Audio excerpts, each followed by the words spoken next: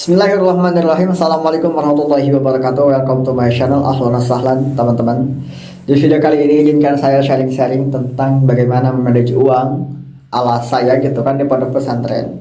Tapi mohon maaf ya kalau misalkan teman-teman background pesantrennya itu beda. Kalau dari saya kan pesantrennya semi modern ya, salafi semi modern. Mungkin teman-teman ada yang nonton dari pondok pesantren modern gitu ya. Jadi memanagenya itu akan lebih berbeda kayak gitu, tapi gak apa-apa. Ini hanya sebatas kayak informasi saja gitu. Dan untuk teman-teman yang sama latar belakang pondoknya itu salafi atau semi modern, mungkin bisa membantu teman-teman juga gitu ya. Nah, jadi tips biar hemat uang bulanan. Tips santri biar hemat uang bulanan seperti apa saja gitu kan.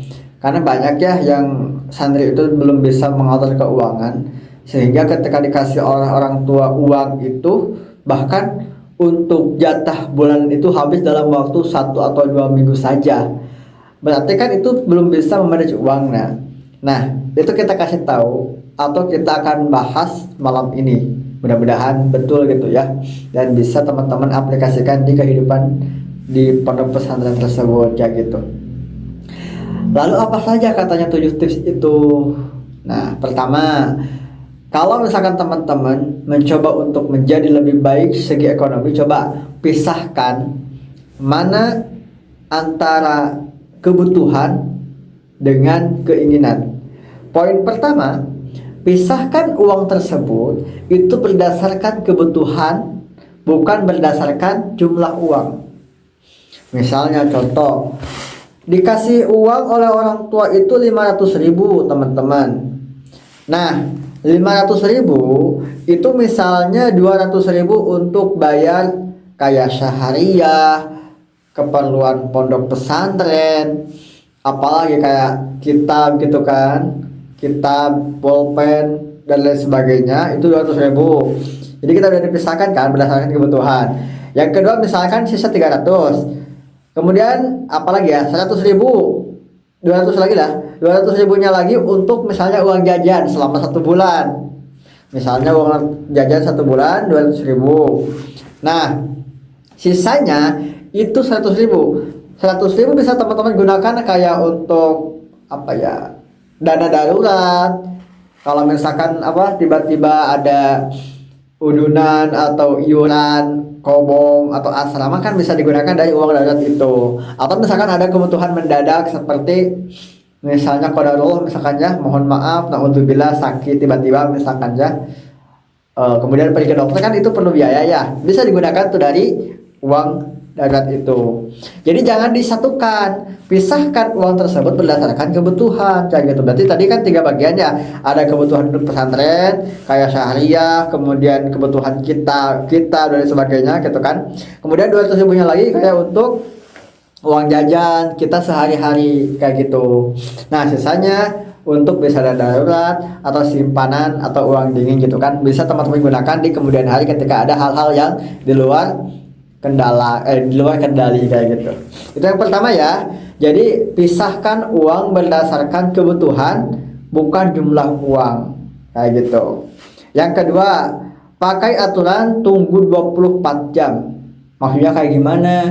Gini, misalnya teman-teman ini uang jajan ya, kita fokus ke uang jajannya. Tadi kan 500.000, uang jajan 500.000. Kemudian dari 500.000 itu dibagi-bagi. Nah, untuk jajan itu sekitar 200.000. Dalam 1 bulan kita punya uang 200.000 untuk dijajankan gitu, atau untuk jajan sehari-hari. Nah, bagaimana caranya 200.000 itu bisa cukup untuk 1 bulan itu? Nah, coba kita gunakan aturan batas jajan, kita gunakan aturan pakai aturan 24 jam, tunggu 24 jam. Maksudnya kayak gini, teman-teman, ada perasaan pengen misalnya beli apa ya, beli es krim yang harganya 30 ribuan misalkan ya. Nah, teman-teman pengen beli itu, sedangkan uang kan itu 200.000 harus cukup 1 bulan. Bagaimana caranya? Coba tahan dulu keinginan tersebut. Teman-teman pengen beli es krim, tahan dulu, tunggu sampai 24 jam. Misalnya sekarang pengen, malam ini pengen, tunggu dulu, jangan sekarang belinya, besok belinya.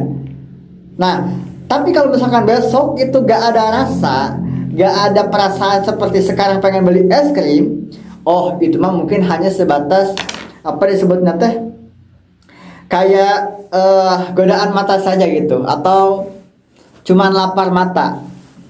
Artinya hanya keinginan saja kayak gitu. Nah, jadi teman-teman harus bisa membedakan mana yang perlu kita beli karena kebutuhan atau memang karena hanya keinginan saja. Kalau misalkan ini dipaksa hari itu malam itu beli es krim, ya bakalan tidak sampai 200.000 itu untuk 1 bulan kayak gitu. Seperti itu ya teman-teman ya. Contoh lagi misalkan di pesantren itu ada yang jualan kayak di laki-laki itu la ilaha illallah, la ilaha illallah, la ilaha illallah, la ilaha illallah Muhammad Rasulullah, la ilaha illallah Muhammad Rasulullah. Astagfirullah, astagfirullah, astagfirullah, astagfirullah, la ilaha illallah, la ilaha illallah.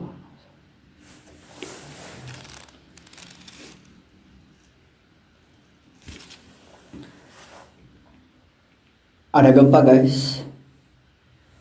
Alhamdulillah ya Allah, udah selamatkan ya Allah, alhamdulillah. Astagfirullah. Astagfirullah. Kita lanjut ya. Nah, jadi coba kita gunakan uang tersebut untuk sesuatu hal yang bermanfaat dan memang kita butuhkan. Gitu ya, gunakan aturan tunggu 24 jam. Contoh lain, misalkan di pesantren itu kita, kalau laki-laki ya, kita pengen apa ya, bukan pengen, melihat ada yang jualan kaukah atau gelang kaukah kayak seperti ini, gelang kaukah. Ini contoh ya, misalkan tuh, ini yang jualan harganya itu misalnya 30 ribuan. Nah 30 ribuan, sedangkan kan teman-teman tahu ya, dalam 1 bulan itu dikasih uang jajan 200.000 1 bulan, otomatis kan harus hemat gitu kan. Nah tunggu dulu rasa itu. Kalau malam itu pengen beli gelang, tunggu dulu, tahan dulu, besok 24 jam tunggu dulu. Kalau misalkan besok apa ya, itu udah rasanya gak ada, oh berarti hanya sebatas keinginan sebentar saja, keinginan sementara saja. Nah itu bagus tuh kalau gak jadi, karena kan menghemat uang kayak gitu. Tapi kalau misalkan kekeh mau beli, ya teman-teman harus pakai jalan yang selain, ya minimal kayak nabung dulu atau gimana lah gitu ya. Mungkin pakai dana darurat gitu kan, darurat pengen, tapi itu mah ya gak termasuk lah. Soalnya kan air gelang mah kan bisa kapan saja gitu, bukan hal yang urgent gitu kan. Itu. Yang selanjutnya, tadi kan ada 2 ya. Pertama, pisahkan uang berdasarkan kebutuhan bukan jumlah. Yang kedua, coba gunakan atau coba pakai aturan tunggu 24 jam. Yang ketiga, itu atur atau batasi jajan sehari, batasi jajan harian. Seperti itu. Maksudnya kayak gimana? Kalau tadi kan jajan itu kita punya uang 200.000 untuk jajan dalam 1 bulan, maka kita harus bisa menggunakan uang tersebut, jangan 200.000 lah contohnya, 300.000 lah contohnya, 300.000 contoh ya, ini contoh 300.000 1 bulan. Maka kita harus bisa menggunakan uang 300 itu dalam 1 bulan untuk jajan. Kita bisa digunakan dalam sehari maksimal 10.000 contoh kayak gitu. Nah dengan kita menggunakan tips tersebut, itu insya Allah kita akan sampai pada 30 hari atau 1 bulan cukup. Kalau misalkan hari pertama jajan 10.000 oke lah, nggak nggak nerobos itu, nggak bablas. 10.000 misalnya pagi 2.000, kemudian istirahat di sekolah 5.000, jadi kan berapa? 2 tambah 5 7 misalkan ya. Kemudian sorenya lagi jajan 1.000, sisa 2.000 lagi, malamnya 2.000, cukup 10.000 1 hari. Nah tapi misalkan kalau teman-teman itu jarang jajan, kemudian apa lagi ya, pokoknya uangnya hemat gitu kan, ada sisa.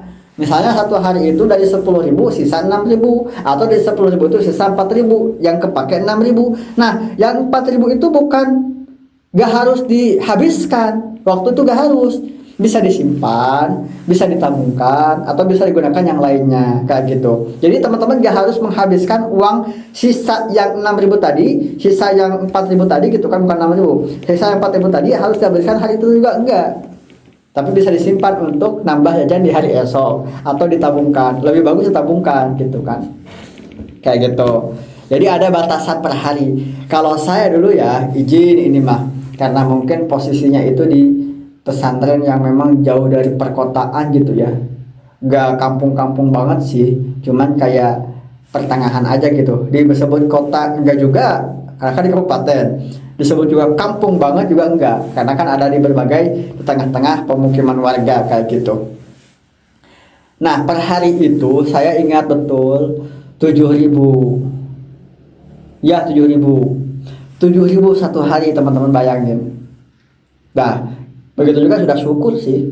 7.000 itu pagi itu beli untuk sarapan 2.000. Karena kan waktu itu 2.000 itu kayak uang besar gitu ya.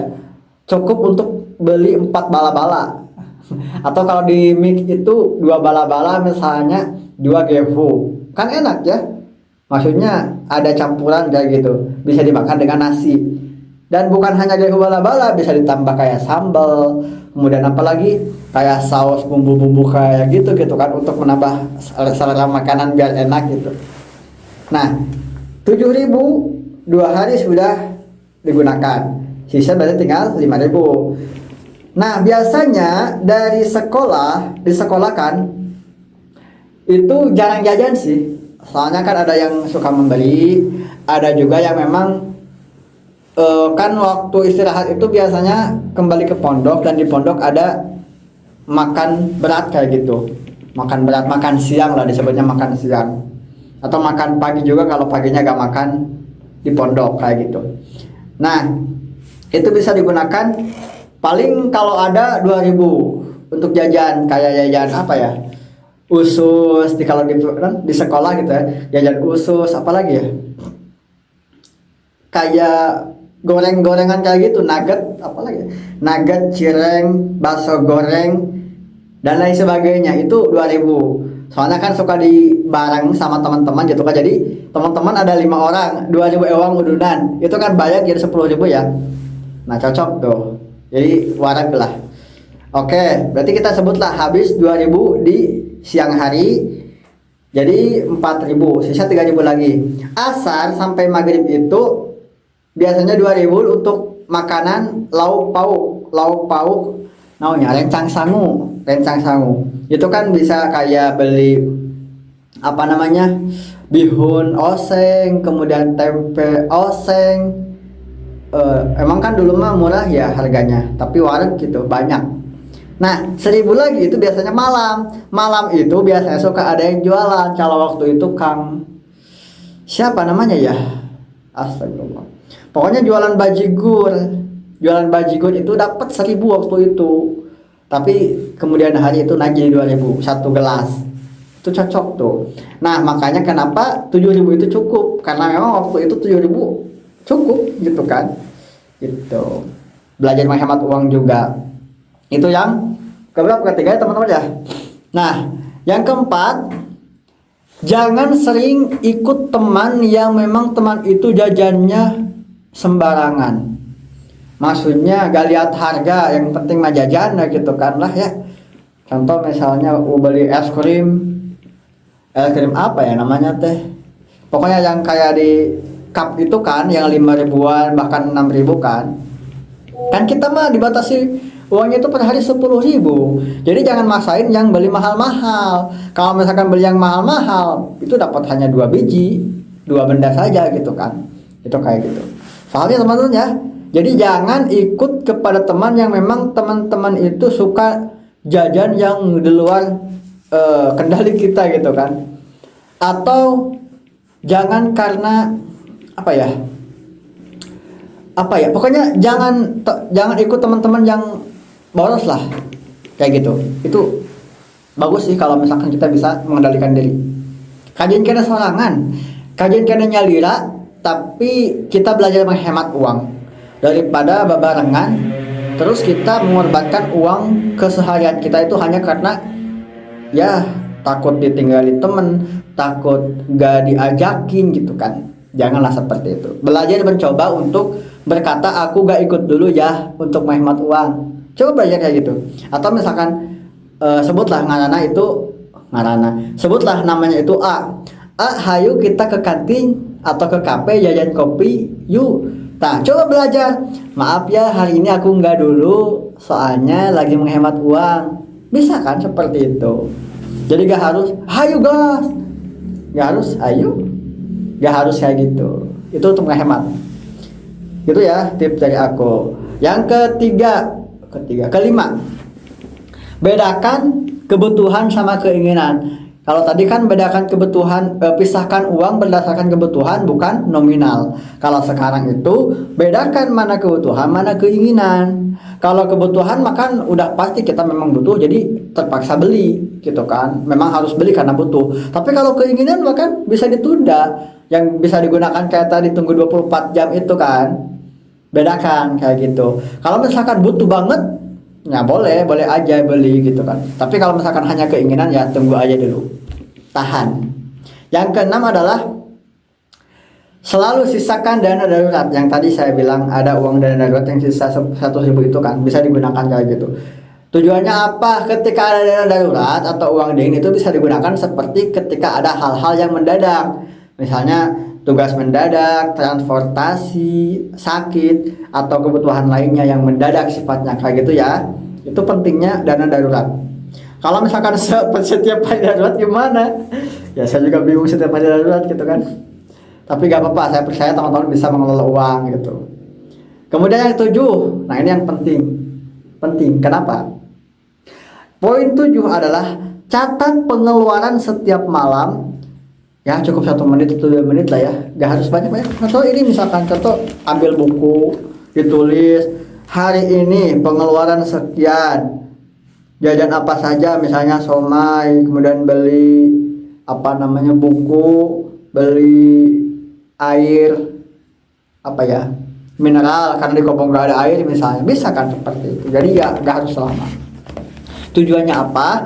Biar kita tahu uangnya kemana wae, biar kita tahu biar kita bisa melihat gitu uang nata digunakan untuk apa aja gitu kan. Oh ini untuk fotokopi, oh ini untuk makan, untuk jajan, jadi kelihatan kayak gitu.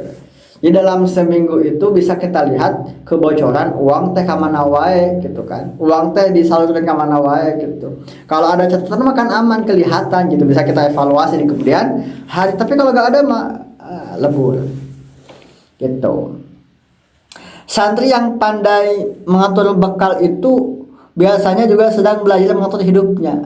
Sepakat tidak? Kalau ada santri yang pandai mengatur ekonomi uangna, eta santri teh belajar untuk mengatur kehidupannya. Betul kan? Ya gitu. Karena kedewasaan bukan dilihat dari banyaknya uang, tapi bagaimana cara menggunakan uang itu dengan baik dan benar, dengan baik dan tepat. Gitu aja ya teman-teman ya. Pokoknya adalah kurang lebih 7 poin yang bisa didapatkan oleh teman-teman dan juga disaringkan malam ini. Semoga bermanfaat. Dan kalau ada rekomendasi pembicaraan ke depannya, boleh teman-teman tulis kolom komentar, insya Allah kita akan bahas lagi. Itu ya. Thank you sudah nonton. Sampai ketemu di video selanjutnya.